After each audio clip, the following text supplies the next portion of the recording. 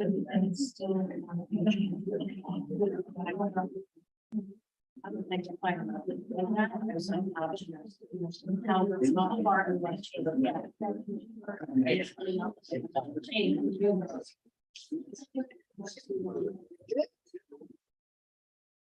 The meeting to order, roll call please. Here. Anyone is absent, Ms. Riccio. Here. Mr. Green is absent, Mr. McKee. I'm here. Mr. Rivera. Here. Mr. Mayor. Here. Notice of this meeting was provided to the Bernardsville News and Courier News, filed with the municipal clerk and posted on the municipal bulletin board on December 15th, 2022. Please stand for the pledge of allegiance. I pledge allegiance to the flag of the United States and to the States of the nation of Israel, with liberty and justice. Welcome to the May 8th, 2023 meeting of the Bernardsville Borough Council. This meeting is being conducted in person in the council chamber in Borough Hall, and it is being broadcast live on YouTube and on Zoom to make it as convenient as possible for residents to attend the meeting. Members of the public who are here in person and those attending remotely on Zoom will be given the opportunity to comment appropriate times during the meeting in accordance with the following guidelines. Members of the public will be allowed to speak during the open session and during formal public hearings on the agenda, including the hearings on the ordinance. Why am I here? That was an echo. Comments will be limited to 3 minutes per speaker, which will be monitored and enforced by the borough clerk. Comments containing offensive, profane, or indecent language or language constituting hate speech will not be permitted. Remote participants will be muted unless they are unmuted by the clerk, and remote participants will not be able to unmute themselves. The clerk will mute remote speakers at the expiration of their 3 minutes of allotted time, or if they make any inappropriate or offensive comments. All speakers, whether in person or on Zoom, shall state their name and address before making their comments. Speakers on Zoom shall activate their cameras so that they can be seen by members of the governing body and the audience. Failure of the governing body to provide a live broadcast of the meeting or technological problems encountered during the course of the meeting that affect remote viewing and or participation will not invalidate this meeting or any action taken, including but not limited to the adoption of any ordinance, resolution, or motion. Okay. I'm going to just move something up on the agenda for from the discussion list, just because we don't want Matt Favreau, who is in training right now at the firehouse, to miss his training. So if we could just, no, I think he's on There's a Matt iPhone on Google. we had a request for a tree replacement relief. The ordinance says he has to plant one tree. If you know his yard, it's very, it's small. There's not a lot of places to put that one tree. He's already paid 75% of the cost. So does anybody, do we have consensus that we will waive this for this particular instance? Yes. Do we need a resolution to that effect? Just do a motion. Okay, have a motion? Do we have a resolution number or? Do we just move the resolution? Just do a motion. All right, I'll make a motion to remove the resolution for Mr. Favreau to have a plant. I'll second it. All in favor? Aye. Opposed? All right, Matt, thank you. Thank you for your service, Matt. All right, one thing done. All right. We do not have any presentations. We now will have an open session for any items that are not listed on the agenda for a public hearing. And just remember, our open sessions are an opportunity for you to comment. They are not a Q&A. So we are not going to get into a question and answer. You can give your comments if after we close the public session, the council or myself feel that the response is required, we will do that then. All right, would anyone in the public like to be heard on something that's not on the agenda? The routine. Go for it. Johanna Wissinger, Washington Corner Road, I'm speaking for the Environmental Commission tonight. I just want to thank you, the council, very much for supporting our April important environmental events. On April 15th, you supported the Round and Headwater stream cleanup, and I have some good news with that. All the stations reported that there was much less plastic. So either it's because of awareness, because of the bad thing, or people recycling the appropriate places, but anyhow, it's good news. And for the first time, or it's done before, but we picked it up again, the community-wide cleanup, and that worked out well, you know, for sites, and I think that'll just keep improving. My goal is that residents will want to gather in the neighborhood and blocks and whatever, and that would be a positive thing. And the third thing was on the 29th, the e-waste. And for the first time we did styrofoam. Thank you for the connection we had from administrator. Yeah, and we were all surprised to see how much styrofoam was collected, and it's a win-win with the Long Hill. That it will be repurposed is really good. So it's nice to talk to you with good news. The other thing I wanted you to be aware of is that the Great Swamp, this is the third year they had a pollinator plant sale. And second year that Bernardsville is a participant. There are 13 municipalities. It's a mammoth program. They call it the factory days for 5 days. People get all these plants put together. And I think that will just keep growing. And so I decided to piggyback with Basking Ridge, which was good. I got to meet the new chair of the Environmental Commission, and she had a commissioner with her, and I had another one. So we got to talk to see what each of us are doing, and we're going to do it again. We're doing it at Ross Farms.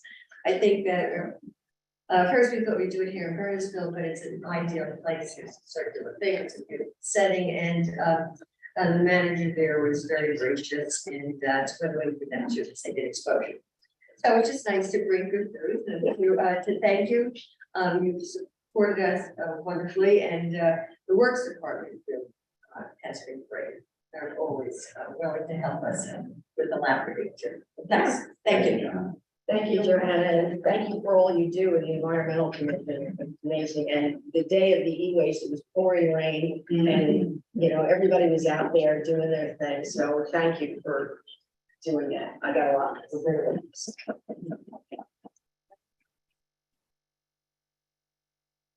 Anyone else in the public wish to be heard on anything that's not on the agenda?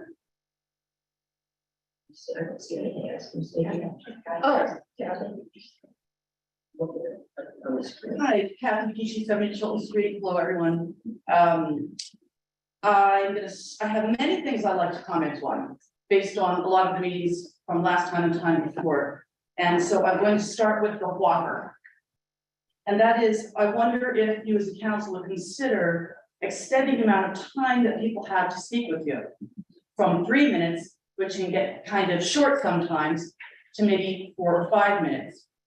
We're experiencing a lot of growth and complex issues in Bernardsville right now. Similar communities that are in the same developmental stages that we are, like Morristown, Somerville, Jersey City, they all allow 5 minutes. Bernards Township allows 5 minutes. So I'm just putting that out there for you to consider. I think it's just one more way to keep the conversation going. And actually, just in case I don't make my 3 minutes tonight, I made copies of all my points, and I'd like to give them to Anthony for you all. Is that okay? Yeah. Okay, thanks. Thanks, Anthony. All right. So one of the things that 5 minutes allows is for niceties. And one of the niceties that I wanted to bring up was thank you, Mayor Knows, for coming to the library event the other day. America's Sweetheart. It was a beautiful day. There were probably many things that you could have done other than that. And it was really nice that you stuck your head in. So thank you on behalf of the Friends of the Library.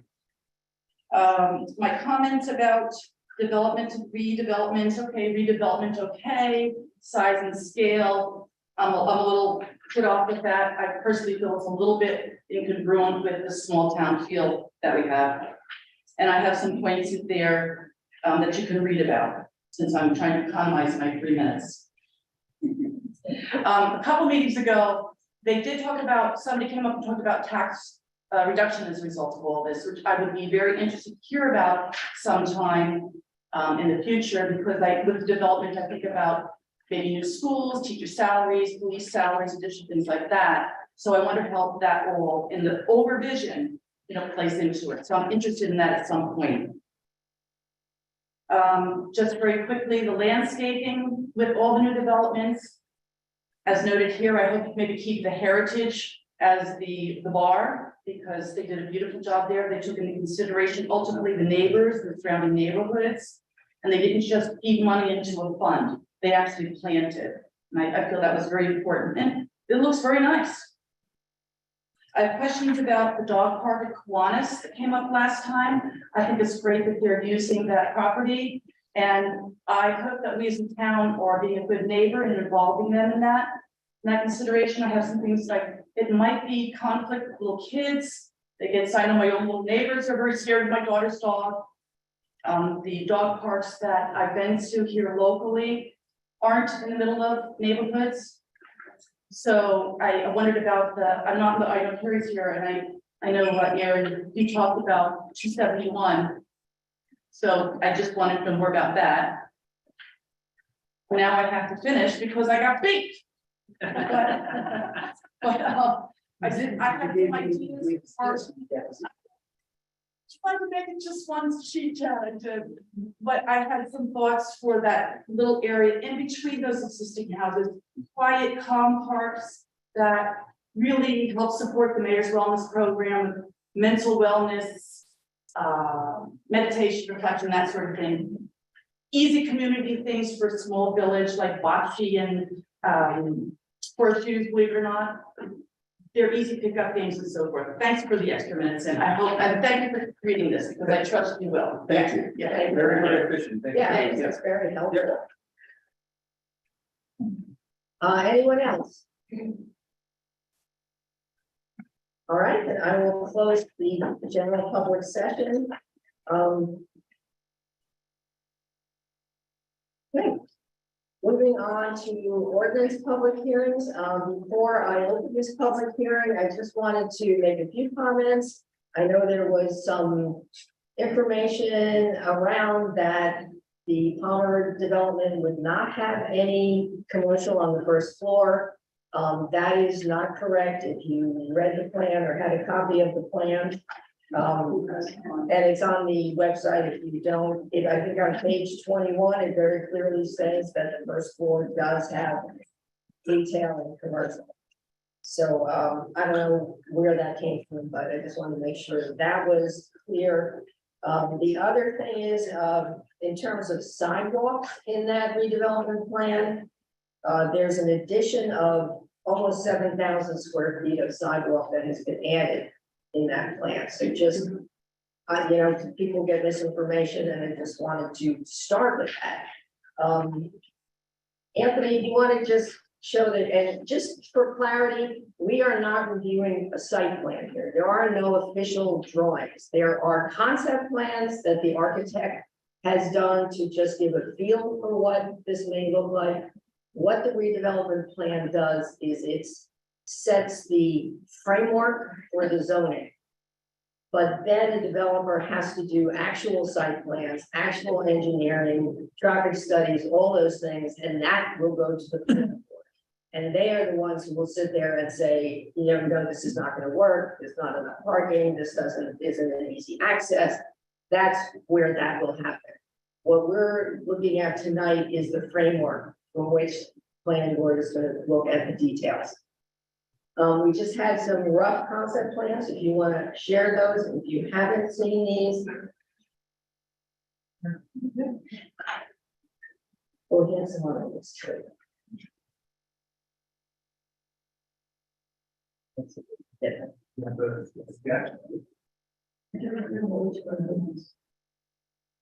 Well, that's just showing the difference in the sidewalk. So that's the current sidewalks.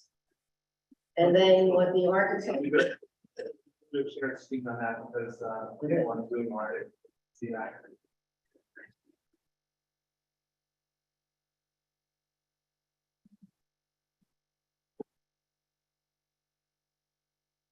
That's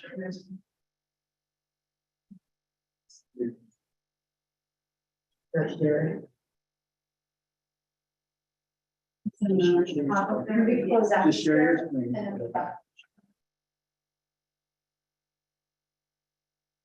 That's the existing sidewalk. It is now. Okay, and then that's all the additional sidewalk. That's been moved back. And then just what it would look like, you know, the Yeah, I'll make it. surrounding area. Yeah. Too much intersection. Yeah, I think that's the one. Yeah, so that's, you see the difference in the sidewalk on that edge. That's what. We're gonna share. So, yeah, that's taking off the side part of the building to create that sidewalk. Does their size be the same? Where's the rest of it? It's not, Part that's- of the building on the other side. Rest of it. I'm just showing the sidewalk here. I don't know if we have the other side. Oh, the ones in. Yeah.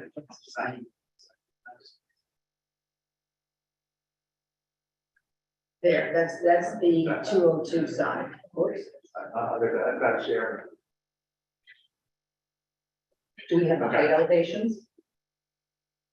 Is there any manager left? Whoa, no, yeah, we're not doing this, okay? So now I will open the public hearing, and if anyone would like to come up, please give your name and address, and again, remember, it's not a Q&A, it's just come and make a comment. Yes. Let's give your name. Thank you, Mayor. Good evening, everyone. My name is Justin Marquetta. I'm with the Inglesino Taylor Law Firm. We represent AR at Bernardsville, which is the ground lessee of the Palmer property. First of all, on behalf of myself and my clients, I want to thank the governing body, the planning board, for all of their work on this redevelopment plan. It's extensive, it's complex, and thank you for your time and attention in that. We did note one technical legal issue with the redevelopment plan. I sent a letter to Mr. Marco detailing it this afternoon. The issue is regarding the requirement for the emergency or the standby generator on site that would power all the residential units. And we understand the genesis for that requirement. The requirement for emergency or standby power is actually governed by the Uniform Construction Code, by the UCC, which preempts any local regulation of standby or emergency generators. So what we're proposing is just a clarifying clause in that section. We're not proposing a substantive change. We're not proposing a reintroduction of the ordinance. We're just asking for a little clarifying language, giving a nod to the Uniform Construction Code and its preemptive stance with respect to the placement and utilization of standby or emergency generators. I'll give copies of the letter to your clerk to peruse them at your leisure. Thank you very much. And Mr. DeMarco reviewed it. Are you okay with the language? We can, depending on how it goes, I'll sum up at the end. There's one other change to Jan. So, but it's important, these were changes, so if there are changes, we just need to discuss them. Yeah, they're stylistic on one of them. The other one, you have the pending ordinance that changes sidewalk sales. Oh, With that, so it's just happened. okay. Got it. Thanks. Okay. Thank you. All right. Anyone else that wants to be heard on the this ordinance 2023-1960 adopting the Palmer redevelopment plan?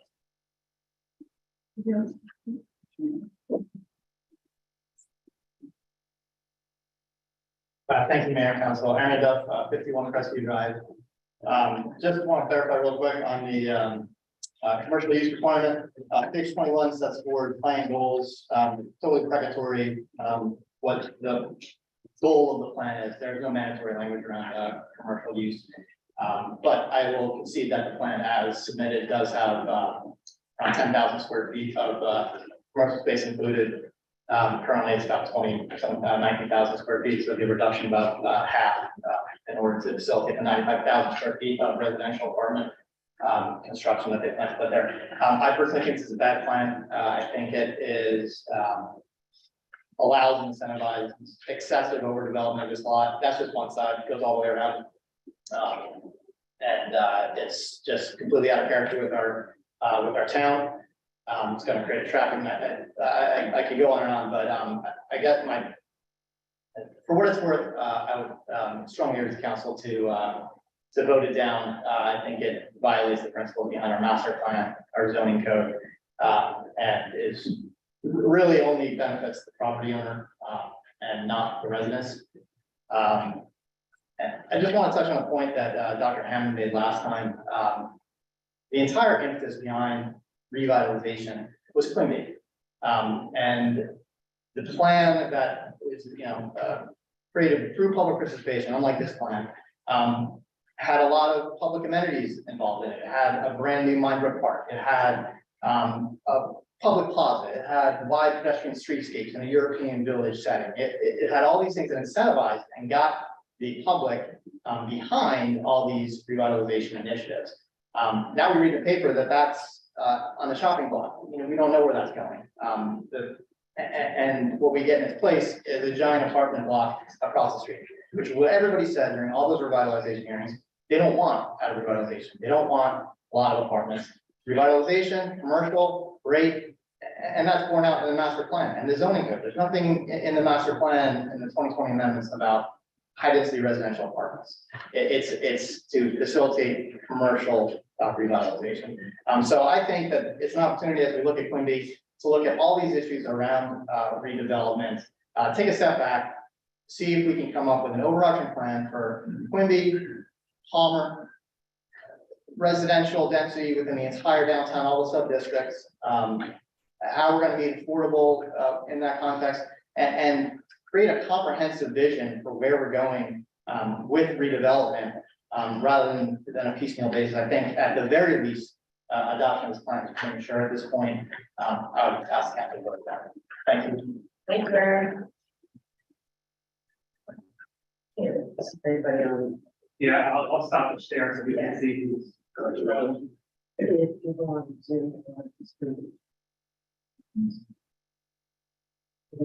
Anybody? Anybody? Yes, Rosalie? Evening, everyone. I just want to make. Wait, name and address? Excuse me? Name and address. I know your name, but not everyone else. Lucy Valentine, 19 Pleasantville Drive. If I'm not loud enough, let me know. I just got hearing aids in there. Really weird. Anyway, quite a few years ago in the 90s, I was talking to an acquaintance friend, was a senior real estate partner and well-known New Jersey law firm, and I just said to him, why is Bernardsville, the King's parking lot had been put in, and that was a huge deal in my day. And I said to him, why is Bernardsville kind of a hodgepodge of things together? Nothing really seems to bring it all together and highlight our historic and blah, blah, blah. And he said very simple, 2 words, master plan. And because towns like Mendham and everything have been able to develop so beautifully, their shopping district, their new one is nicely incorporated a little further away, but the historic district is beautifully preserved, and they've done a great job. So that's just one thing. When you look at the King's shopping plaza now, yeah, what it's called now, Burnsville Center, it is one huge, I don't know how many football fields of macadam. There's no tree, there are no benches. There's no way to go to Starbucks and go just sit on a bench with somebody and have a chat. I just don't think that's user friendly, and you have a fringe of shopping around it.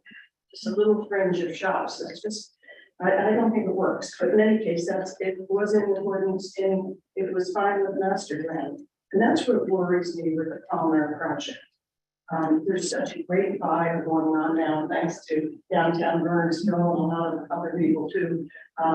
About we're going to have change and it's going to get good, and it's already starting. You can feel things starting to buzz. This is the way I feel, and it's a great time to grab hold of this and go somewhere. And I realize that this project is as a response in a sense to that feeling and need. I don't think this. I think it's much too big for this lot, for this 1 acre. I just want, is there any, what I'm really worried about, is there any way right now to tone it down a bit? I know it's going to the planning board, but the planning board is not going to change, I don't believe, the height, 55 feet, the stories for, things like that. I think they deal with engineering and planning and traffic. That's one way to tone it down and make it a little smaller maybe. But I'm really concerned about the sewer demands, the school demands. If you have 68 residential dwellings, I really upset about it. I don't know if it's too late. That's what we're doing now. So, well, it's gonna be 3 minutes. So I just want to say one thing that a friend pointed out to me. When Bambi touched noses with his gun, what did he call it? Flower.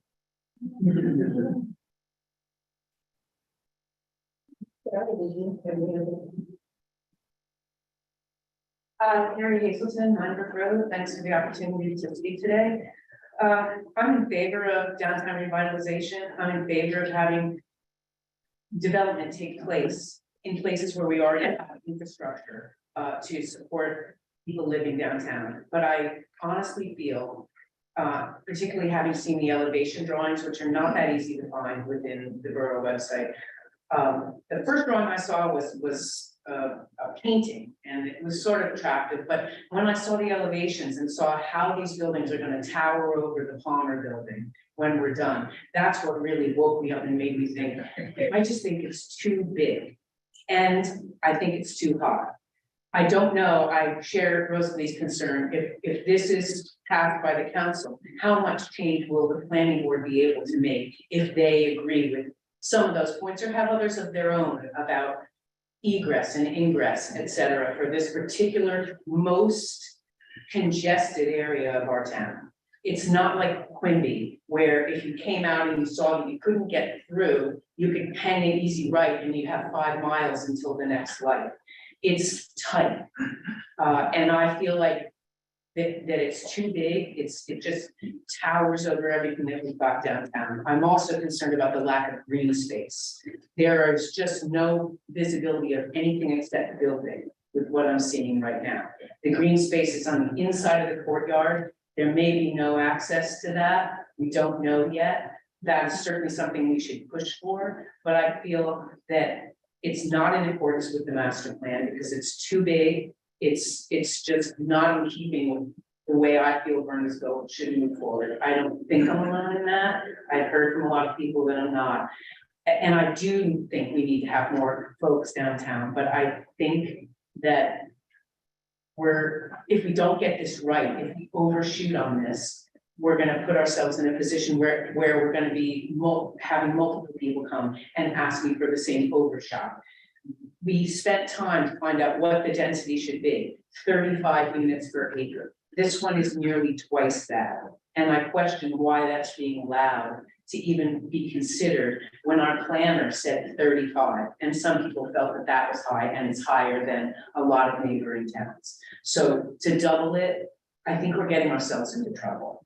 And for that reason, I feel like it should. If we don't have the ability to modify it later the way we normally do, I feel like it's just too massive in that particular location. Thank you, Carrie. Yes? Yeah. Yeah, right here. Yeah, You that's- got it? Okay, great. My name's Rob Wilson. I'm with Brook Court. Little repetition for what's going on, but thought it might be useful to hear more voices amplifying the same thing. So, like Harry, I'm really in favor of development downtown. Love the development plan. I think it's awesome. Been waiting. I think Rosalie mentioned that we've got a little bit of I don't know, diversity in our architecture downtown, to put it politely. And I look at the master plan as guiding us through, being the guiding principles that take us through the development of Quimby, Palmer, the Audi dealership, you know, any number of other things. That's super exciting. I think we've got a chance to look like some of the other towns around us that really manage their development well with sort of a consistent look and feel. Hopefully the guiding principles in the master plan will give us that coherence and consistency that we need to do that. So all good. I think that's all excellent. It's just the nature of what I saw, reading through some of the documentation about, you know, if I went line by line through the guiding principles of the master plan, each one seemed to have a little bit of an asterisk on it. And some of the language, even though it was there, was sort of best effort. And so it struck me that we're gonna probably need some strong governance around the built environment versus, you know, what might happen if it's just sort of left to be best effort, which I hope it isn't. So the planning board, I don't know which of you are on that, but hopefully you guys will have that strong voice and make sure that we stay aligned with our master plan, because I think that really does inform what will end up being a really nice development for, you know, stick to that and sticking the character of the town and, you know, really set the tone for some good stuff in Bernardsville. So.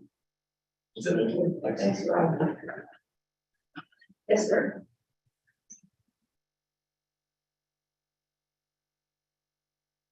Scared.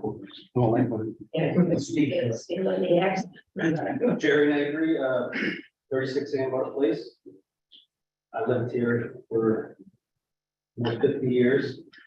And I don't know when these codes got changed. I'm all for development, redevelopment, and I'm happy that things are gonna look good around town, but after looking at that plan, I was in shock that when did these zoning laws change? During COVID, during the night of the hour? Because we were never allowed to have buildings that big in this town. I mean, I have two families and houses in town. If one of my buildings was to catch on fire and burn down, I wouldn't be allowed to rebuild it as a two-family, as the ordinances show right now.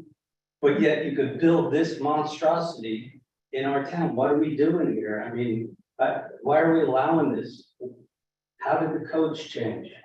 As I'm a fireman in town and I see that, and it makes me a little worried about what we're up against here. Because I've seen some of these buildings are all wood.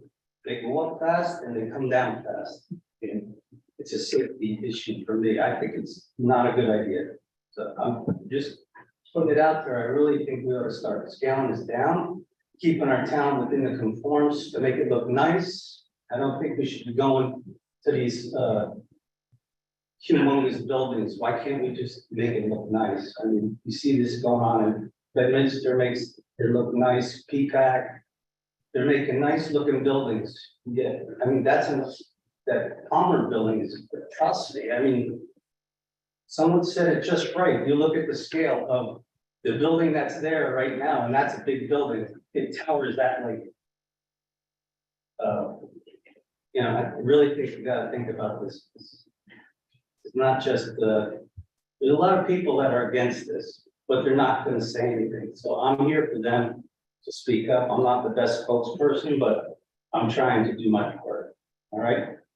Please work for the people. Maybe what we could do is at the next election, we can have a questionnaire in the election. What do the people really want? Do they want big monstrosities or do they want a quaint town? That might be the way to find out the truth instead of just the email that goes out that nobody gets. You know, not everybody looks at their emails. Not everybody's on the town website. You know, that's the way to do it. Is you know, during election, put the questionnaire out for everybody to see. I just give my opinion. thank you, Jerry.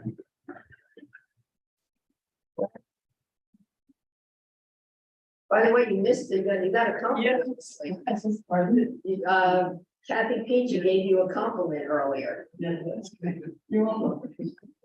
I'm gonna assume that most of the people here are against the Palmer property. I'm in support of it. It happens to be one of my long-range ideas for Bernardsville. And I hate. Nat, can you just give us your name and address? Just state your name and address for. Oh, I'm sorry, Nat Conti. And anyway, I've been reading, I've never met the builder, at least I don't think I've met him, I knew what was here. I know his first name is Peter, and I've heard a lot of good things about him. I think we shouldn't let this guy go. And a couple of things I want to point out. When I was going for approvals for the condos that I built on Claremont, the room was packed with people that were against it. And the fear was traffic, and all the lights are gonna be left on, all the neighbors are gonna be uncomfortable. None of that has happened, but it cost me just a fraction under $1 million to get that project approved. I don't know what the tax structure is here, but I believe if the Palmer property was improved, there will be more tax revenue coming into the town, which I think is badly needed. When I was proposing to do the heritage, there wasn't one penny of taxes coming from that property. Now, hundreds of thousands of dollars of taxes, no additional fees. But anyway, I am in tremendous support of this complex. I think all of these fears that everybody drums up are all gonna go away. And if you look in the coffee shop in a new edition and look at all the pictures on the walls of what used to exist in Bernardsville, there's been change. A lot of change. My age, we don't want to see the change. Oh, we love the architecture and all this nonsense about what's so beautiful about the architecture downtown. I'm serious about it. I think the Bernards Inn is great. There's a few other buildings that are great. Other than that, it's strip malls. There's nothing we should be hanging on to. We should be designing this for the new generation. And the new generation is here and want to come. And they're not going to come if this stays stagnant the way it is. So I would really hope that this gets approved and moves forward as soon as possible. And I also don't believe retail is worth even trying to save. It's gone. It's all internet stuff. So convert the lower areas to much living space, cute little condos, nice areas for young couples that come in, and they will walk around and have selected shops that would survive. These regular shops can't survive the internet. Thank you very much for your time. Thanks, Matt.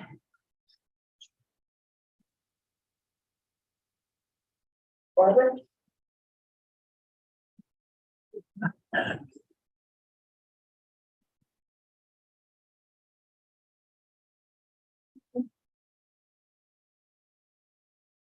Article 28-2 River. So I have lived here a long time. We love change. We love good change. We also worked on that master plan so hard for so many years. And I don't think any of you, other than maybe Mary Jane, knows much about what effort went into it.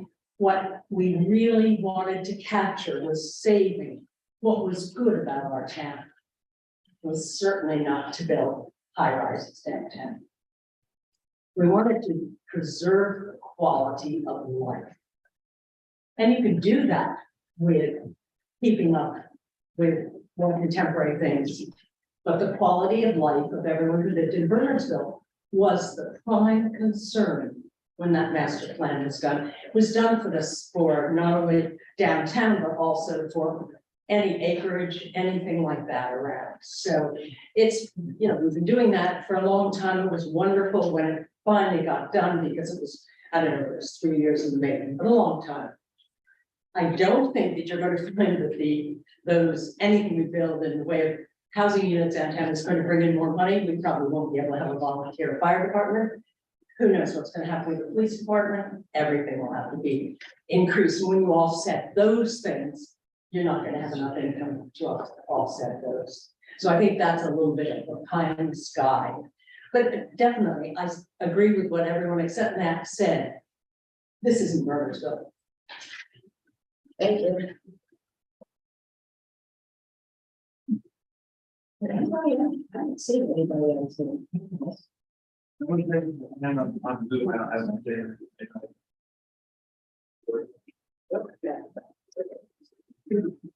Happy G 7 Children's Street. I'm interested in one thing that Nat said, and that was condos, because my understanding of the redevelopment Transit Village, all of this stuff was that there were going to be housing choices. And so far, I've only seen apartments come, market value apartments come forward. And I don't know if that's taking into consideration people who might want to stay here, own and downsize. Condos would be nice. Even John Zabo, the town planner, said when Equinet talked about townhouses, that they were going to be rentals. So I would really encourage you all to think about the housing choices that are supposed to be a part of the redevelopment and make that a reality. And just for the background, I come from a family of proprietors. My son's a proprietor, my grandfather was, so I like that idea of having local things that people can support. And I love the sidewalk. I hope that happens on both sides. But the idea of 4 stories, I pointed out before, but now I'll do it with the Palmer Building, the size and scale for me is too big. There are already, it's true, 4-story buildings in Bernardsville, that's true, but they are blended in, they're freestanding units that are balanced with smaller units around them. So it makes the skyscape a little bit more palatable, in my opinion. And then, of course, as I pointed out before, the way that this will affect overall as this is just a starting point, the way it's going to affect our overall public services, I think it might put a difficulty on a lot of us. So I hope the horse isn't out of the barn. I hope that it's something that you can revisit and reconsider, not to stop, but just to scale down a bit. That's a possibility. Thank you. Yes, Lisa. Hi, my name is Lisa Diaz. I live at 74 Anderson Hill Road. And I'm here to speak in support of a development of some kind on that corner. And my interests in speaking right now are to just make sure we really encourage the entire process to be very careful in looking at evidential research to make sure that you can answer to the parking and you can answer to the density. Because I've done a lot of work in urban planning and public health and have a strong interest in that area. That was my career before I retired. And one thing that I learned when I looked at development models is just one little change, like taking off an entire floor in a development, drastically affects the bottom line. So let's not get so far into this process that after we approve, if you approve this tonight, we don't miss out on, well, the developer's already knee deep in this and they've spent all this money and they've invested so much in taking it this far. We can't say no now. That we make sure we're looking at the evidence of, well, how much parking do we really need? How much do we have? And how much is being used right now? And height that appears to be towering can be changed in the design so the upper floors can be set back a little bit. So there's always answers to finding a solution that will work. The question is, how will it affect the developer's bottom line so that it still is attractive for them to continue? And so please make sure that you're looking at all of that. We don't let the train leave the station so fast that we don't know how to stop it, and we'll just change the direction a little bit. I really support this. I think that this is Bernardsville. I really do think so. The transparency and the beauty of walking next to these lovely shops is what we are. Our shops are not obsolete because of the internet. I walk into one of our shops and I feel so welcome that people are glad to see me. And I love going there to shop. I'd rather do that than go on the internet because the people that run the shops here and run the restaurants are so kind and welcoming. And it matters that you exist and you walk into those stores. I want more of that. So I love that that first floor is all going to be retail and merchandise. That's wonderful. Thank you for that. So just please, again, make sure that the whole process, even at the planning level, includes that careful research to make sure the evidence is clear that we have what we need to do this right. So thank you, bravo. I think it's going to be really wonderful to do it right. I think they said.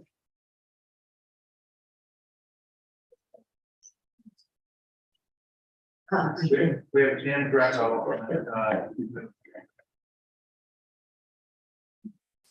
Jan, are you there? Hello, Yeah. I am here. I have a question actually, and it's about, Jan, can you put the camera on? can I put the, Yeah, same place. probably, maybe? Yeah, right there. Click on it. There you are. Can you see me? Okay, I'm sorry. Press. No, I'm just asking about, like, what is the idea behind this whole thing? Do we want this really to be a transient town where people just come here and then they move out when they're ready to buy a house? Or do we want this to be a town where people come and they maybe they build to start a home and then they find something else? Like building all these apartments and condos, that's not how you establish in my mind, how you establish a town, a place like a forever home. So I'm really wondering what the goal is. I'm not anti redevelopment, absolutely, positively, but I am anti turning it into just somewhere that people sweep through for a couple of years and then move on. Okay, thank you. Okay, and now of course, I don't know how to turn myself. Yeah. Is there anyone else on Zoom here? If anyone else with their hand up down.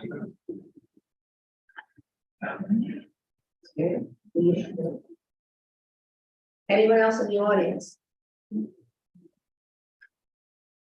Okay, then I will close the public hearing. Just a couple of things that I heard that I'll try and answer. As far as infrastructure, sewer demands, we do have more than enough, according to our sewer plant manager, for every our affordable housing and anything else we want to do. We do have an issue getting it down to 202 for the active jailer, but that's all another. We do have the infrastructure in sewer. Let's see. There's 35 units per acre. That was, when did planning board redo the zoning? We put that as a stop. No, I mean, the original, when we did that whole. Yeah, that was with the downtown board, that was probably Yes, 2019. 2020. Yeah. 2019. It's probably 2020. 2020, when February, they started the process. So the zoning had changed to that 70, 78, I think it was. It had no number. That's right. So it had no number, which is why we felt that we could put a number in. However, Advance had already filed their application prior to us making that change. So if they wanted to, they could have done 78, I think, under. Yeah, upwards of that, even more. Yeah. So that's, I know a lot of people have asked how come they get away with it, and it's now 35. It was a timing thing as well. Plus they brought their number down. What other questions were here? I don't know if anybody else. Oh, and I think to Jan's question, I think at least in my opinion, what the goal is that people rent. They like it here, they buy a small home here, they have kids, they buy a bigger home and they stay. That's what I did 51 years ago. I rented an apartment on Claremont Road, bought a small house on Stevens Street, kids outgrew it, and we bought a house on Autumn Hill, and I'm still here. So I think that's the goal, is we want people to come and stay. Anyone else have a comment on any? No, I mean, when it's time to vote, I'd like to make comments. And big votes, I think it's always important to say the reasons why we're voting one way or the other. Okay. I can do that when I vote or do So you want to start? Yeah, there's just two slight changes. One is to solve the problem. So on page 29, under number 6, sidewalk sales, it has hours of operation. So we dropped in the current hours. My understanding is there's ordinance today that's on. Oh, It's gonna change it. The best way to handle that is just to say hours of operation subject to borough ordinance. Yeah, so when it changes, if you want to go back, it prevents an inconsistency. And the other one was, as council mentioned on page 31, is emergency power. It's a little aggressive because it requires a special conduit to each department. Engineering wise, it doesn't really make sense, so we're just going to add to the end of that. That's on page 31 at the top under the emergency power. To the extent required by the Uniform Construction Code, so that the code will govern all the electrical and what is required. Hey, Joe, my own changes. The beginning says, low grade parking, and there's 2 instances, I think, in there that then say a reference above ground parking. Yeah, reference surface parking. The reference surface parking. Is that an inconsistency that we can change? It's really an inconsistency without merit in some respects. It would just, you gotta remember what you're designing is the upper limits. So all the concepts about size and everything is the upper limits. Someone could always build something smaller. So that would give that flexibility. If someone wants to put something in, the surface more. So let me clarify that again, because the concept is directed all parking underground. Does the zone, does it as currently written allow surface parking or is it directed underground? It says surface parking is an accessory, permitted accessory. So would that be if they had a shared agreement, would that qualify as? No, that would be subject to approval by the planning board as per different parking arrangement. That's on the side. Yeah, I think. I mean, you could delete the word surface. Yeah. It wouldn't make a difference. I think it lets it up. Yeah, but I mean, that's the explanation. Yeah, I know. So that's not considered a substantive change, considering there was an inconsistency in the agreements. I don't think that's substantive. I don't think so, yeah. Can you strike that language? Yeah, it's in 2 places. Is that okay with you? I mean, it's, you're adjourning it. Yes, you're okay with that. That's the. It doesn't get a second. It's your plans. Okay. All right.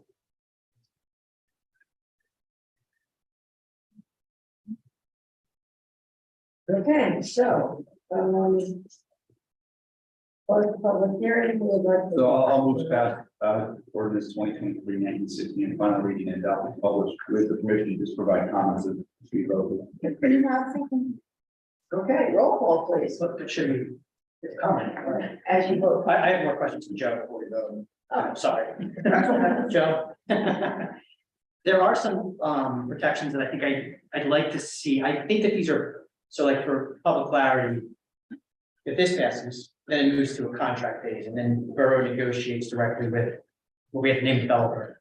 Then it would be negotiated with the contract where we have an opportunity to then come back to council and vote on the contract.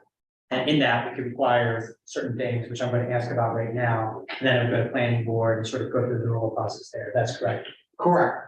The other way to state it is that this plan gets used by no one until you designate someone.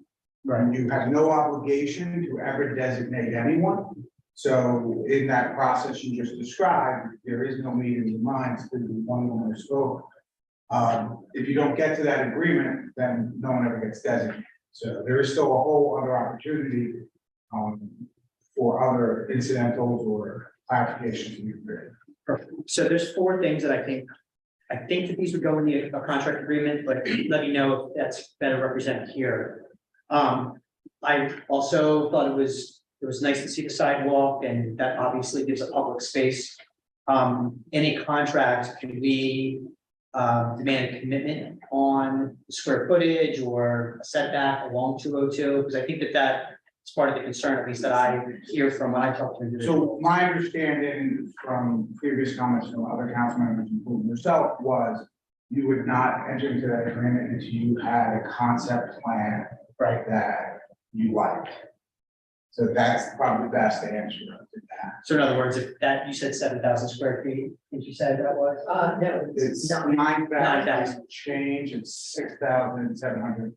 more More. than was there. Okay, but I think that is, so you're saying we don't have to approve it unless it's. Yeah, my understanding, according to Mr. McQueen, he didn't want a much more robust, right, even though they still get to go to site plan or whatever, but he wanted to take these words and actually color in now. Okay. And that concept plan would be attached as an exhibit to the redevelopment plan. So if you didn't like the square footage or the plaza, it's got to be in there. That's the best thing you're going to get. Okay, I'm sorry, but you were asking about setbacks.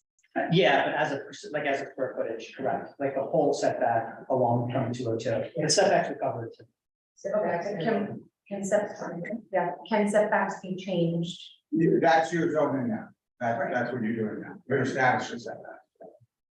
Which is the 9-foot sidewalks plus the right of way. The challenge with this is because of the curvature and the sidewalks and where the buildings lay out, it's what's the square footage of that sidewalk? Even though that's a plan that shows approximately 10,000 square feet of sidewalk, you don't have to design it that way to be 10,000 square feet of sidewalk. I think what the council is saying is, how do I guarantee that what you saw tonight as the sidewalk layout, that concept, how do you guarantee that that's what you actually get? And my answer to that is, don't designate a developer until you get that guarantee. That is, thank you, that's exactly what I was trying to say, when you couldn't guarantee the sidewalk. But you can't, Plus you can't really force him to move the building a little bit, he doesn't have to, but then you don't designate. Right.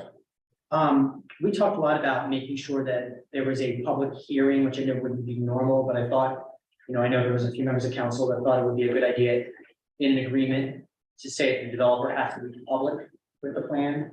Is that something you would put inside the agreement? Yeah, I mean, the way this is shaping up as we're talking back and forth, that agreement's gonna have the plan in it, and that's gonna be a presentation of it. We also talked about a plan for relocation of businesses that might be affected. Correct, that would be in a In the redevelopment. agreement, okay. And the final one that I just wanted to raise was, I think we recognize what the public benefits are, and in the front of the plan, there is like the 8 goals that talk about the very public benefits that we are hoping to get as a community out of this. I wonder if in the agreement itself, can it be represented specifically inside of the agreement, spell out for the community what were sort of like the value that the developer is providing to the community? So in a redevelopment agreement, you're permitted under the case law to ask for off-site improvements also. Okay. Right, so I know the mayor has spoken a couple of times about actual Olcott Square, a circle inside of it, lighting or electricity, I think there's an issue. There just needs to be a rational nexus to it, right, so it needs to be a benefit to the municipality, but a benefit to the development area. Right, having someone go and take care of Pete's track really is too far away. So anything around the area, redoing sidewalks over the bridge or things of that nature, better lighting to tie things in, all reasonable requests that you can put in that would qualify as public benefits. Okay, It just needs to have a nexus. thank you. Very much, thanks. You're gonna go. Yeah, I have some. I think I've got it, that's the question I have. Okay, any other questions? Roll call? Comments? Comments or roll call? Yeah, Ms. Greenfield? can I? Yeah. Done? Okay. Something truly creative, proportionately sized, and in keeping with the small town character of the borough, could be proposed to this almost 1 acre property. This project is most certainly not that. This plan as is represents the beginning of the urbanization of Bernardsville. Overdevelopment will forever change the aesthetic and historic character of our borough and put a strain on our municipal services, infrastructure, and school system. I do believe that revitalization of our downtown area is essential. That's revitalization. But any redevelopment that takes place should be much smaller in scale. It should propose solutions to ease traffic congestion and look to provide additional parking and green and park space which will help to enhance the lives of the residents and businesses who currently call Bernardsville their home. I vote no. Doesn't agree?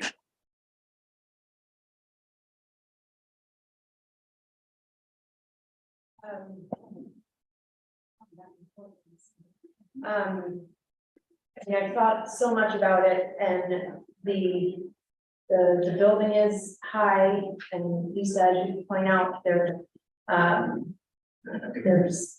only certain things that you can do once this is passed. And the setbacks and the height are set with this plan. The traffic congestion, when I originally voted for this to be an area in need of redevelopment to begin with, was one of my main concerns. And we haven't seen any movement on what we could do to ease traffic congestion. And I do still have concerns about that and how we can go about it. There is a big issue, which somebody pointed out to me almost immediately after, is that we have a one-lane bridge in each direction going over Mount Airy Road for the train. And you're not gonna get anything more through the funnel unless that changes. And so, again, it kind of keeps getting bigger and bigger and bigger. So there's not really much that we could impose on this property in order to help ease that traffic because of that bridge. There's other things that we can do, but I don't think that from a property perspective that's sufficient here. I am really struggling with the height and the setbacks, and that's what's in this right now. I don't think that there's anything more though from a dollar perspective and making it financially viable.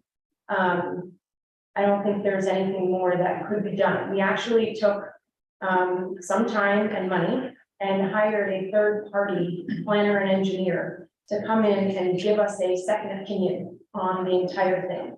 And this person was completely separate and apart, unbiased, yada, yada. She was the one who came back and suggested maybe parking. She did talk about traffic a little bit, but it was mostly about sight lines and things like that, not not the amount of cars and things like that, because everybody says you increase the percentage, right? And it's increased by such a small percent that, there's not one traffic engineer probably in the world that would ever say putting a building here with 68 units is actually going to impact traffic. They just won't do it. So, so my fight there has been, I've just been put in my place, I suppose. So I'm really still struggling though with the height and the setbacks. And if we pass this, there is no way back, except not approving or, putting a redevelopment, assigning a redeveloper. And there's nothing we can change in the agreement. But then I say, if we don't do it, the developer is probably gonna walk away because it's not financially viable otherwise. And we do need to get something going in this town, aside from affordable housing and beautifying the neighborhood. And I have gone and looked at, what the architect from Advance has done, what Advance has done, and they really do a great job. And I don't think that this project would be any different for them. So for those reasons, I'm going to vote yes. So if anybody thinks this job is easy, Wow. you saw this what you did went through. And I promise you that she's been going through that for a year. So. These are what they know now. So for me, when we first learned that the common properties had changed hands, I said to the public that it's important for us to put the development in so we get something in public benefit. I'm a Republican. I believe in personal rights. I believe in property owner rights. I believe in business owner rights. I believe that Governments don't have the ability to tell you to tear down your building. Governments, if they came to my house, couldn't say you need to move your house because we want to put a wider road there. I don't believe that's the right of the government. So it was my job to sort of struggle with what I consider to be overreaching of government, with how do I get the most for the public. At the time, anyone that's walked around that corner realizes how dangerous it is. If you have a bike, if you have a child, if you have a wheelchair, and you stand in the corner, you're frankly putting your life in risk. We saw a car driving in that building just 2 weeks ago. The sidewalks as well. The reality is the owners of the property don't want to move the building, and that's their right. So how do we as a governing body get the most we can? Well, 9,000 square foot of sidewalk, walkability. I think this will financially benefit the borough. Aesthetically, I have no question this will improve the look of our town. I ran twice on doing things that improve the value of Bernardsville. I have no question in my mind that this will improve the value. People are sick. So today, actually, I took my daughter downtown by a Mother's Day festival. Do you know that most of the boutiques in town were closed? Yeah. And the reason is I'm a businessman. Not because they don't want to be, it's because there weren't enough people there to shop. And it's Mother's Day week. So if I was wavering at all in my conviction, walking around with my daughter this morning, I was in this piece of that. So yes.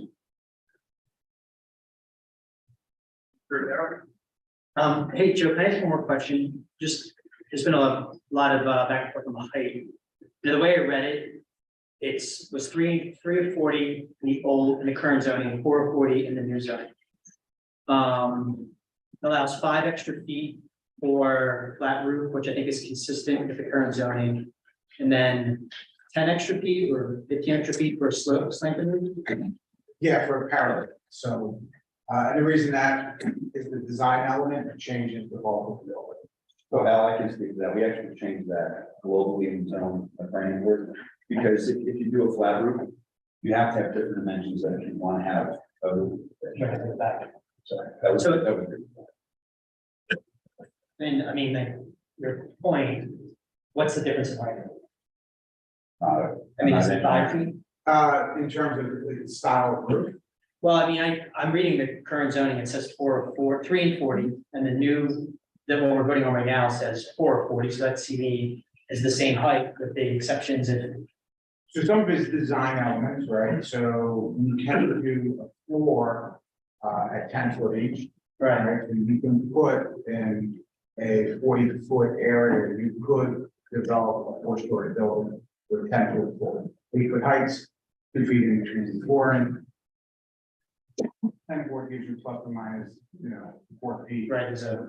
Right. So that's how you build that building. 3 stories, 40 feet is at 12 foot a story, which is a future a little bit more, future better lobby area, things of that nature. So that's how this happens. This also, we had to come up with a place or a point to measure.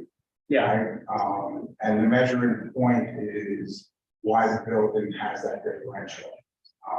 To allow for the both of those roads that have always. Okay. So I mean, it's, to me, the height is fairly close depending on how the roof slants. The difference in your current zoning and what this permits in height is really like 5 or 6 feet overall. Right, and so my bigger concern, 5 or 6 feet, to me, that's why I was asking, I'll make my comments now, thank you for that. That's why I was asking about the sidewalks, because to me, like that 5 or 6 feet matters if it's up on 202 or hanging over the Palmer building, and may not matter as much if it's set back, hence my comments and setbacks of the road. And so like that, for the public's benefit, is why I keep pushing on some commitment on square footage or the distance from the sidewalk, because an additional 5 feet is a lot different if it's pushing up on 202 than if it's like actually set back in the property. That was the point of it. So I do want to thank everyone. I mean, like, people really researched this. Thank you. There's a lot of great letters to the editor that, people looked at zoning different zoning codes all the way back to the 1970s. And I think that that's great. You know, when I was reading through, I did think it was 2019 zoning.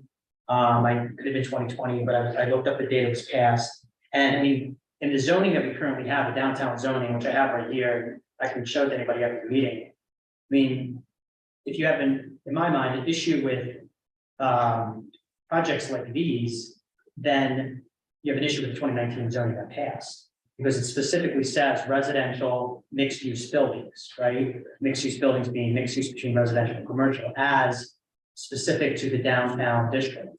And so, like, this is the type of stuff that at least as a community, you all have been operating under for a amount of time. I moved here, I wasn't even involved in 2019, I moved here just a few years after that. So this had been debated and this sort of was the vision that the community had set down. I think rightly so, a lot of people point out that original vision was Quimby, and I agree that there was a lot of great input, but there's also a reason Quimby didn't happen, right? I mean, it wasn't viable to some sections of the community that at least to this point has slowed it down. And that could have been an economic viability, it could have been a viability around business owners that sit there that didn't necessarily want to sell their property. And you know, Quimby had been talked about literally since I moved it to Bernardsville, and it hasn't happened yet for a reason. Quimby could actually be 3 to 4 times the size of this from like apartments. So, you know, I appreciate the Quimby as like the North Star, but I think we also have to think about what are the reasons why that didn't happen. I do think part of it was because of the size.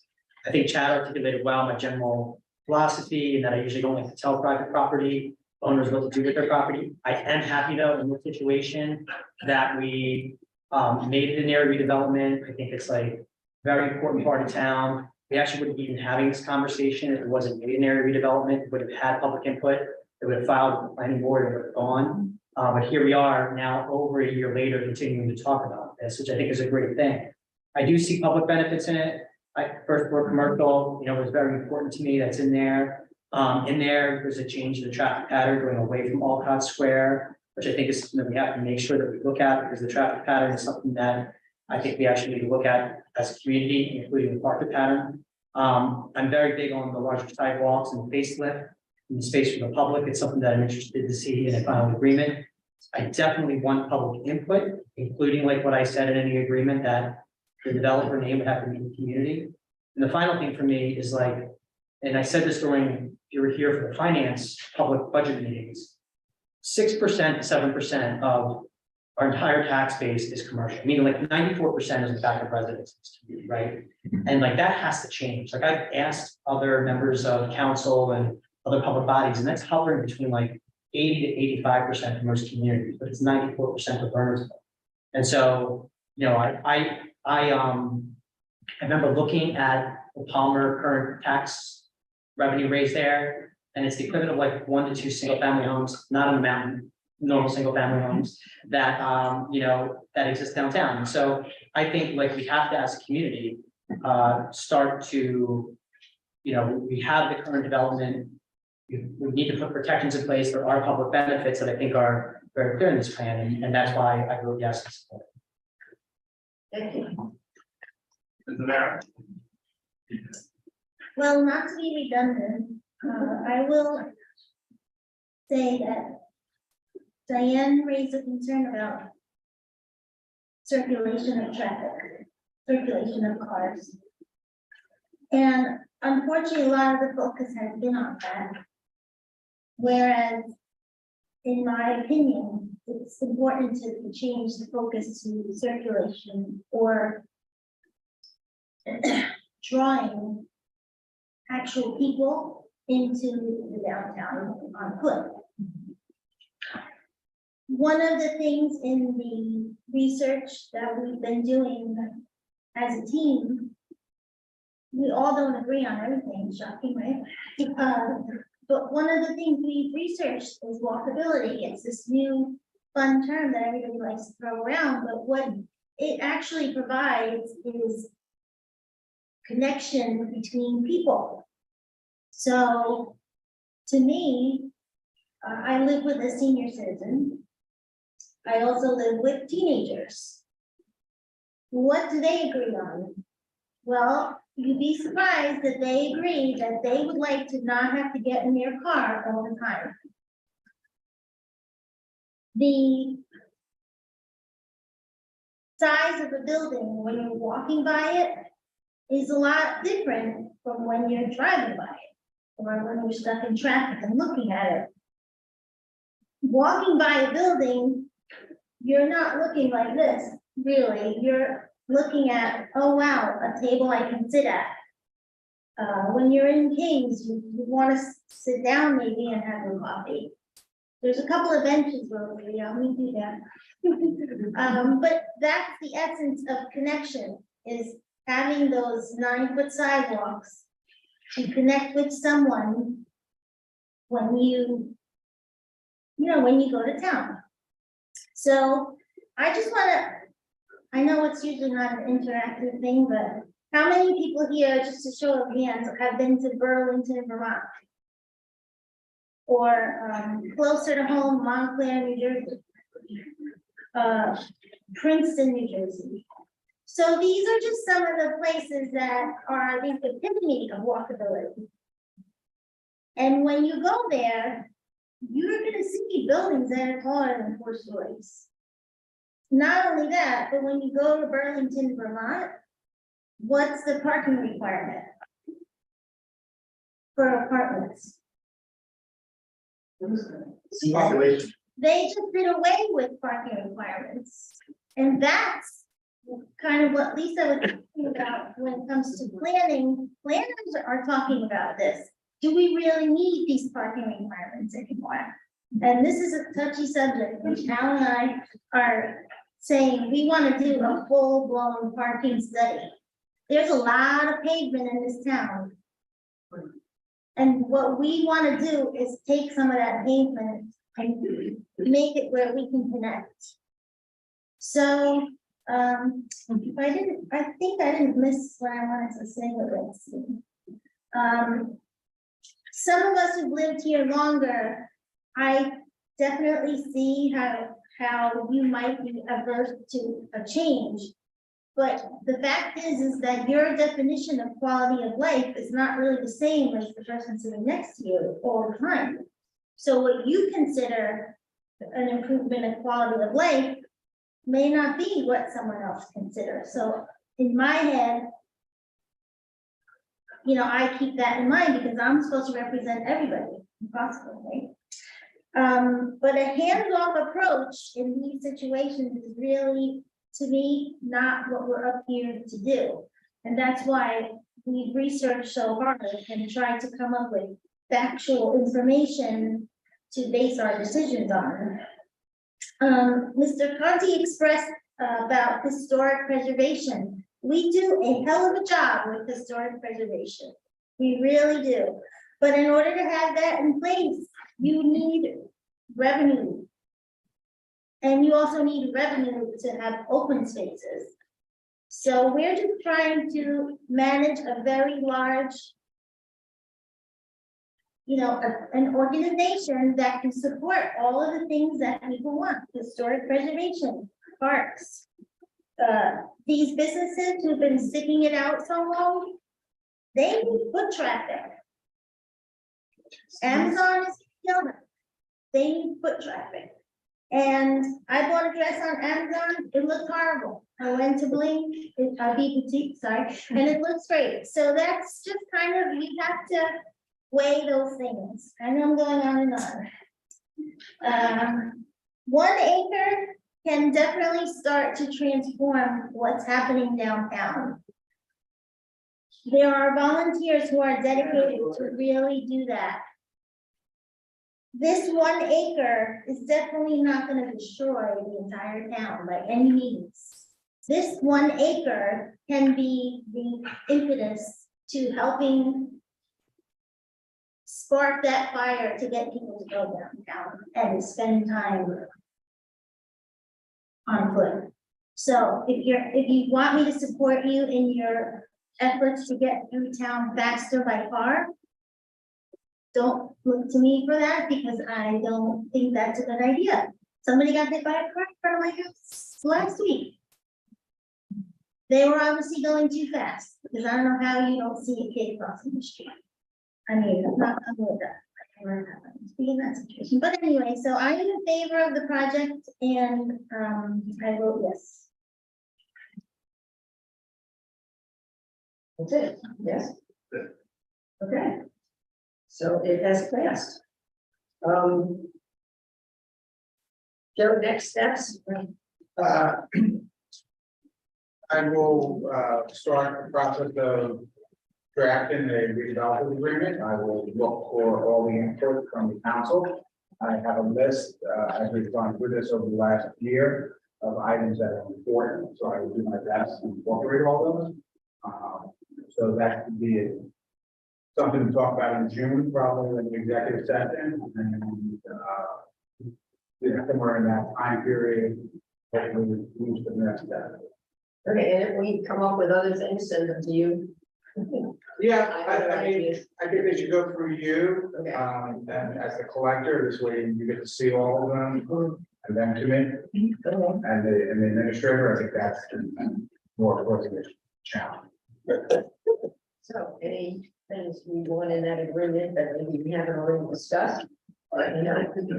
Sorry, so Joe, you just said maybe in the June timeframe, so we have to, name a redeveloper at some point. You don't have to do anything Now now. There's somebody who wants to be named a redeveloper, so we, Advance has indicated that, so we will start that process.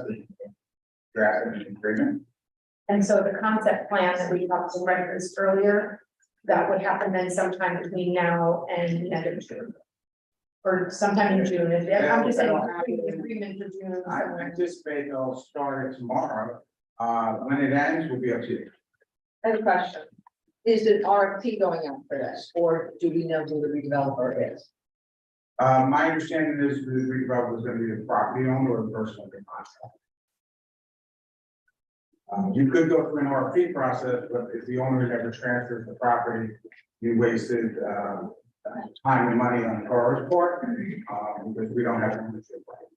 At this point, I know the property owner is interested in redeveloping their own property. I think that's the way. Correct. And we have 2 meetings in June, so. I'm just away Next week. Yeah. Somewhere else. Okay. Moving on.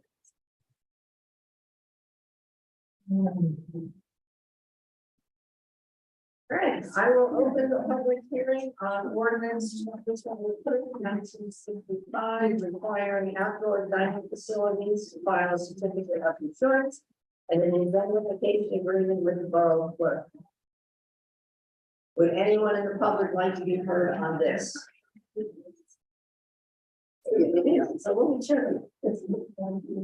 No one, I'm not seeing anyone who wants to be heard on this one. So I'll close the public hearing on that. Diane, you want to move that one? I move to pass ordinance 2023-1965 on final reading and adopt as published. I'm sorry. All in favor? Oh, no, public hearing, that's a roll call. Sorry. Yes. Rivera. Yes. McQueen. Yeah. Yes. Chad, you want to move the next one? Sure, I move ordinance 2023-1966, an ordinance extending permitted sidewalk sale hours, amending Article 12 of the Borough Release Ordinance entitled zoning, be introduced by title, passed in first reading, published according to law, and a public hearing scheduled for a meeting beginning at 7 p.m. Monday, June 12, 2023. I'll second. All in favor? Aye. Opposed? And this was extending it to 9, I think we were doing. Yes. Yeah, good. Yeah. No, Diane, I do that. I move that ordinance 2023-1967, an ordinance clarifying perimeter fence regulations and amending Article 12 of the Borough Land Development Regulation entitled zoning be introduced by title, passed on first reading, published according to law, and that a public hearing be scheduled for a meeting beginning at 7 p.m. Monday, June 12th, 2023. Thank you. All in favor? Before Before you leave this, I'm sorry. Why Monday? These changes were requested by Renee originally, and I had a conference call with Renee, Jeff Horowitz, who is the chair of the housing committee. Most of them are just clarification, cleaning up some of the language. The one thing is they want to add the R1A zone to the fence restrictions, which is the 3 acre zone, and that was Renee's request. So, I want to bring that to your attention. So what difference are in there right now? It's mainly the smaller lot. Yeah, and that's why I'm wondering if the reason that forget to apply. Yeah. That fence ordinance made specifically for the smaller lot. I don't think it's written that was Renee's request, so I just wanted to bring it to your attention, that is something change. Yeah, there's been deliberated in the housing. No, I wonder if there's a specific reason, like an address I don't know. that comes. Okay, can we direct this, actually, let's not give a second, let's direct this to the housing committee. Yeah. deliberation. Yeah, good idea.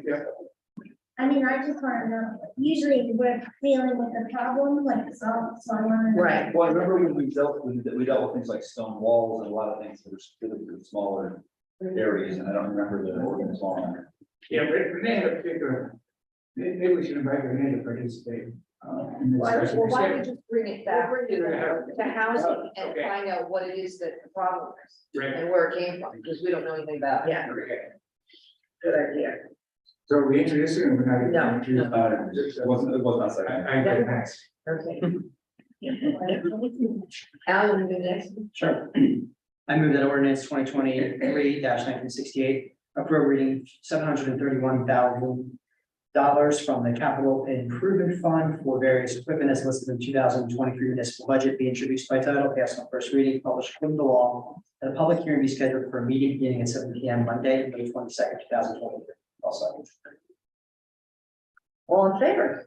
Aye. And Al, if I now, Yep, I can. if I my recollection is right now, I had a very stressful month.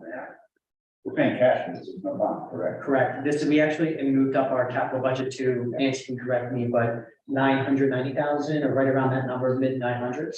And so this was all pre-approved in the budget, already viewed by finance committee, going through it, and we're paying it directly out of the municipal budget. I'd like to reemphasize this. This is a project we've been working on since I started in 2019. Yes, hanging cash. It's paying cash, not having to bond for everything that we did when I started in council, we had $0 in capital fund. We now have the ability to pay $731,000 cash for things that we've done. Yeah, we had 500 in previous years and now we moved it up this year to just under 800. And quite a lot of that is police equipment considered. Yeah. They're needed, so. And stuff for public works. And public works. This point that actually been talking about debt reduction plan, we talked about a lot of these different things. This is a Good, big step. And with that, because Kathy, before we actually lowered taxes this year, with it, lower the tax rate, I should say, with unfortunately going 25% of the budget, school taxes and county taxes would have been the same. So trying to do our part. Okay, resolutions 23-104, 23-108. I had nothing to call out. Anything anybody wants to talk about? Each one 23-108 separately, looks like it, or not. Let's just go back on my. Yeah, that's under new business. Okay. It did change the title. Yeah. Because although the title is technically correct, someone misleading. It changed the title to. Yeah. Proposing. It didn't sound. Thanks, good catch. Preemption by the state of local pay to play. Move, right? And I I do want to make a comment on that. What do you mean? Move? It was in a different It was in a place different of the before. agenda, that's why I'm going, oh, it's separate. Now it's in, is it separated? It was separately. Now it's in there. Yeah. Yeah, Okay, so I'm not going crazy. but I do want to make a comment. Yeah, we just changed the wording on it, yes, go ahead. You want to do that now? Yeah. I Yeah, just want to thank Jack. That is a strong word resolution. I was like, I was reading through that and it really is, I actually printed it out. I don't have to go to the meeting's already been long, but I can send you a note on it. I was just really grateful about how you really brought in the municipalities, talked about what effects of pay-to-play laws, how dissolving them could have negative implications for confidence in government. I just thought it was very strongly worded. So you wrote it or whoever wrote it, just please. Thanks. Thank you. I did a great job on it. But I do have to thank Google. Yeah, okay. As long as I chat, you can see it. Yeah. Not AI. I don't think Jackson told Jack GPT had this either.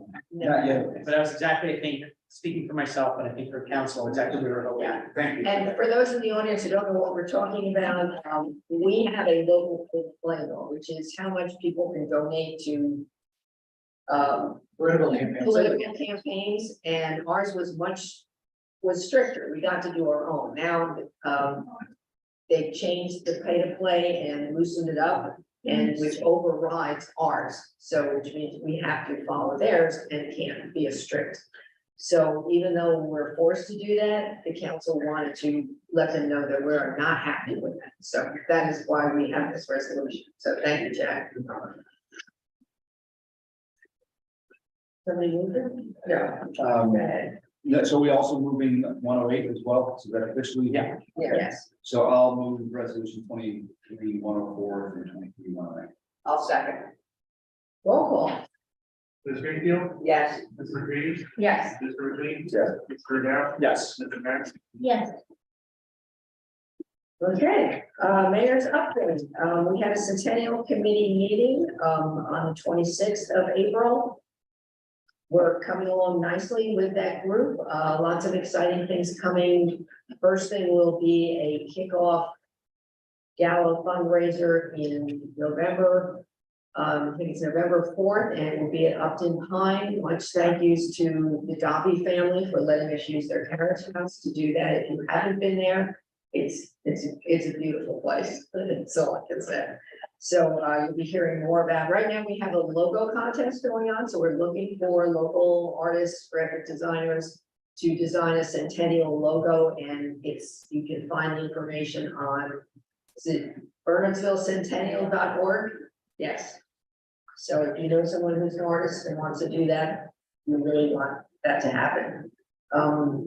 We also, with the Downtown and Economic Development Committee, also met, and they had some input into the plan as well. I attended, and I don't know what it stands for, LEPC meeting with the police. Local Emergency Planning Committee. There you go, okay. So, we do that, I think quarterly or twice a year, we're required to have those, and it's great, because we go over our whole emergency plan, where we can improve it, went over all the operating procedures. So, we had a ribbon cutting for City MD. If you haven't been down to the shopping center, it's a beautiful facility that they opened there. They are part of Summit Health. So if your doctor is in Summit Health and you need to go to the emergency, that, City MD for a quick something, it'll go right into your records at Summit Health. So we're excited to have them in town. I attended the downtown Bernardsville board meeting, just update on that. The car show was going to be on Memorial Day. It is now moved to June 4th. Evidently, car drivers all go somewhere on Memorial Day. I don't know. Sure. Yeah. We finished the food stock challenge where we're collecting food. Big thank you to the library for having baskets out. They collected a tremendous amount. The borough did as well. And St. Bernard's, we ended up with, I think, 400 and some pounds that I brought down to the food bank. If you haven't been to the Somerset County Food Bank, I guess it's Boundorf. It's kind of hard to say where it is. It's an amazing operation. They have their big warehouse, almost a full-fledged grocery store. They also have other resources from Somerset County set up there, so people need things other than food, if they need medical assistance, housing assistance. It really is very impressive. They're always looking for volunteers and they're always looking for food, so check it out. But thank you to all who donated food. I did, as Kathy said, attend the American Sweethearts concert yesterday it was just such fun, and I got their information because I think they do music through the ages and perfect for the centennial. So yeah, gonna be looking at them. Just a reminder to council, Wednesday, I don't know if anybody can go, is the Somerset County Governing Officials Association monthly meeting. 6:30 at the landing in Hillsborough. If you want to go, Anthony will do a PO for you. I will be going. A big thank you to the DPW. They did all that work. If you've noticed, Alcott Square is kind of all dirt now. That's planned. Yeah, they're getting it ready for the garden club. If you were here at that meeting, the garden club has a centennial plan for redoing that whole planting there. So thank you to the DPW for ripping out all those, that was no small task, so. I watched them Saturday. Yeah, it was amazing, yeah. I did ask, and we were talking about a new format for the meeting. I didn't hear from all of you. I didn't hear from Diane. Of going back to what we used to do with a work session and then an action session. Thinking probably for September, because we only have one meeting in July and August. So we'll work on that to put together for September. Will that be something that's right, someone? Yeah, we still have 2 in June, but then we only have one meeting till September, so it'd be kind of hard to switch over and then. Yeah, so we'll work on that for. And don't forget, next Thursday, I'll let you tell them about it. Yeah, you're up. Okay, so next Thursday is a fundraiser for our police. It's called Red, White, and Those in Blue. And it's another opportunity to go to Up in Time that you just mentioned. There is a fundraiser to support the Bernardsville Law Enforcement Foundation, which provides support to local law enforcement by offering education, training, equipment, and technology that helps reduce crime, increase officer safety, and improve community relations. What they do is they try to enhance what the money that your taxes pay for. They buy things that normally wouldn't be provided through tax money. The evening would include wine tasting, cheese, and hors d'oeuvres. You can meet, there will be various officers there. And it is Thursday, May 18th from 7 to 9. It is at the Carriage House at Up in Pine, and tickets are $100. You can go on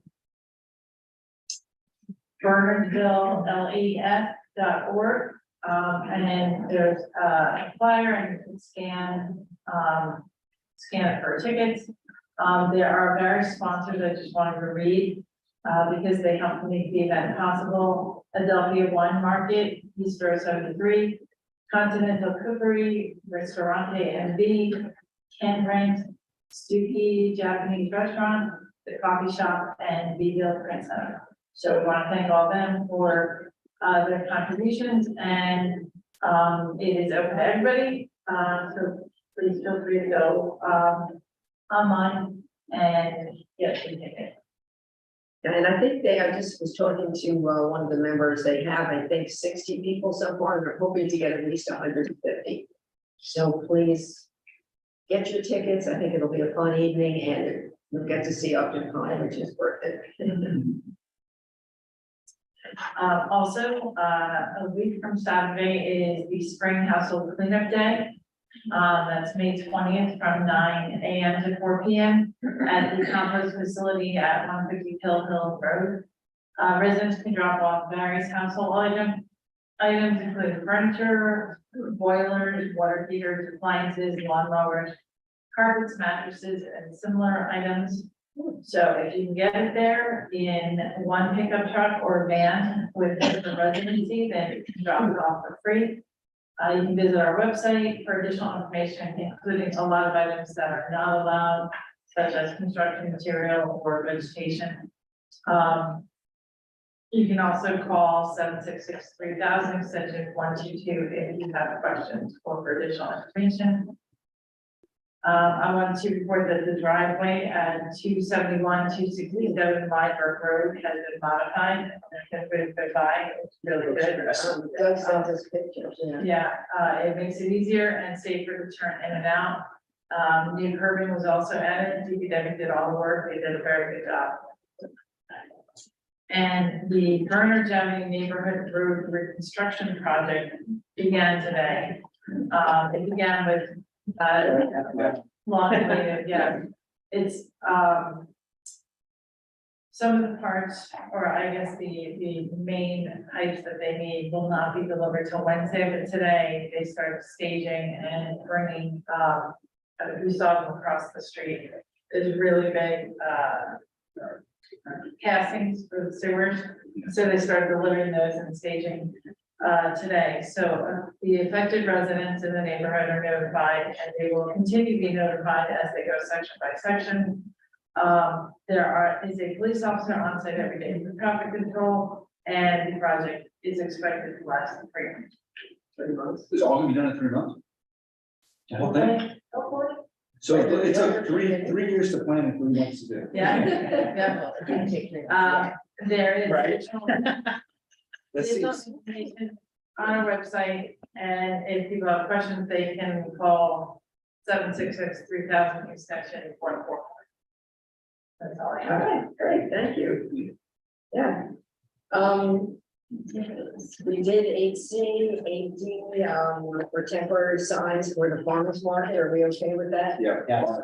Yes, okay, you can let Madeline know. Of course, no. Any unfinished business? Talking about Bernadette, where are we in the sidewalks and that study and all that? Sidewalk study. The sidewalk study is supposed to be done very soon, because I think that's something that is on the next Public Works Committee agenda. So I believe the study's supposed to be in by that. When is the next public work? 15th. So the 15th. It's not this week, next week. Yeah, next week. Yeah. Whatever that Tuesday is, yeah. Any other unfinished business? New business. We have an 8G here. That was you. Yeah, that would be me. Yeah, we have to extend, I think we had the 7th, then we have to make it 12. At what point in this process does the developer start picking up those costs? That would be tomorrow. It would be, you couldn't wait for the bill? Yeah, it's just you can't charge a developer until they're designated. Well, we didn't designate it. Correct, so that's why the town, you don't want a developer paying my services, planning services, and during that process. Right, while you're representing us, yes, good idea. I do though put in provisions where they can offset some of that cost, so I can work with the administrator to figure out what the total was on that, and I can probably recoup some of that. Oh, good, okay. Excellent. Just a question, Joe, like, original contract, I think was for 7,000. Yeah. And this one is raising that limit of what we can bill. Is it because it's just taking a little bit longer, or because we're about to enter the negotiations? Yeah, I think there's just been a little bit more work on this one in terms of the back and forth, and I think there's a couple other items in there also.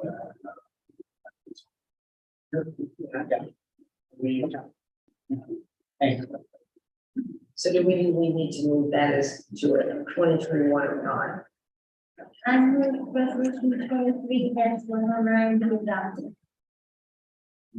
I'll second. Roll call. Is it there? Yes. Yes. I did get the details of the charges, so if you want them, I can send them to whoever. Everybody was nice enough to send them to me today, I asked, and yes. Yes. All right, See you in the Bernardsville. that's it. Not too bad. We do have some items for closed session. We will not be coming back out. So, maybe we will. First we open, yeah. We always said we don't. Yeah, but I'm just, in case people want to stay, I just want to ask. So we have.